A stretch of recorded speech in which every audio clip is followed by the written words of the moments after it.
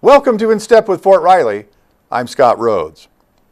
Each year here on Fort Riley, as well as other installations, a remembrance ceremony is held to honor the World War II contributions of German and Italian prisoners of war.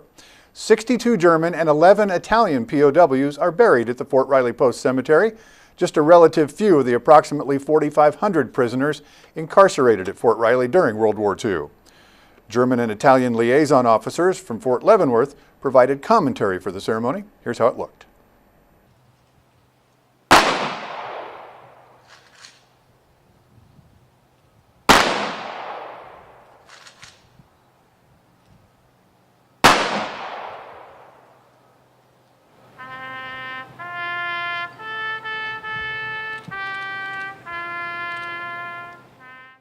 This day is a day of remembrance, a day of reconciliation, a day of peace and human dignity.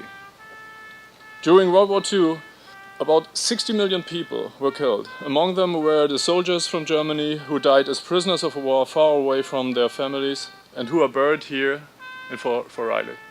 They died as foreign soldiers, thousands of miles away from home, but they are not forgotten.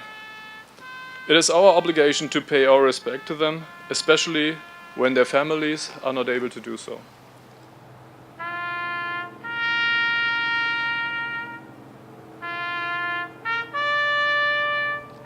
The men we are talking about were soldiers who fought the bloodiest war ever. Like every soldier, they left the warmth and the love of their family, the unique smell of their fatherland, and the comfort of their home to fight many miles away. They brought with them the dreams and the hope of an entire generation. To all community of Fort Riley, to the Big Red One, to those involved in the organization of this event, to all of you, thank you for having made this possible.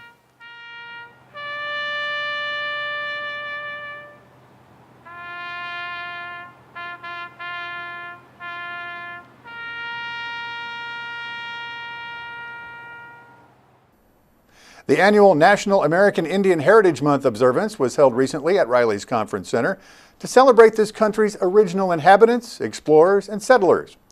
This year's theme was Serving Our Nations. The honor of posting the colors for this year's ceremony went to the Veterans Color Guard from Haskell Indian Nations University from Lawrence, Kansas.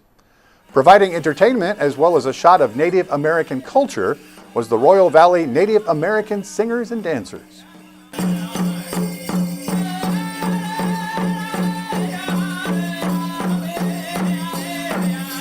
Several members of the Royal Valley Group are members of the Prairie Band Potawatomi Nation, whose territory is just north of Topeka. In addition, the Royal Valley Native American Singers and Dancers are 10-time winners of the Battle of the Plains competition and currently hold the title of Best Native American Dance Group in the Midwest.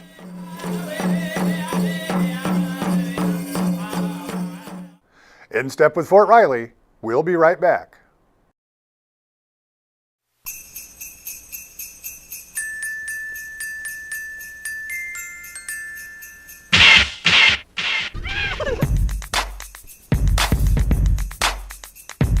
Stop, listen, let's be clear. Impaired driving spreads no cheer. 'Tis the season for your parties, and if you're gonna drink, be a smarty. Pass the keys before one drink. Do this in order to avoid the clink clink. Clink clink. Clink clink. Now Santa would like to say hello. Got the blue and red cocoa in your window. Gonna tell you, so don't be hating. Always designate before you celebrate.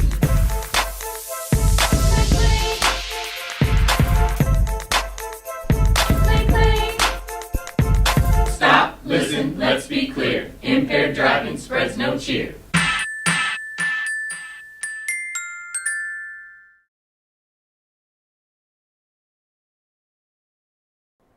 Welcome back to In Step with Fort Riley.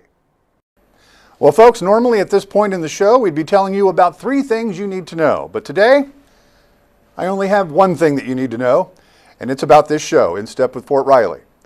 Due to budgetary considerations, this will be the final edition of In Step with Fort Riley for the foreseeable future. And I say that knowing full well that there's little chance that it's coming back, folks. We started the first incarnation of InStep way back in early 2002 when I first started working for the Army.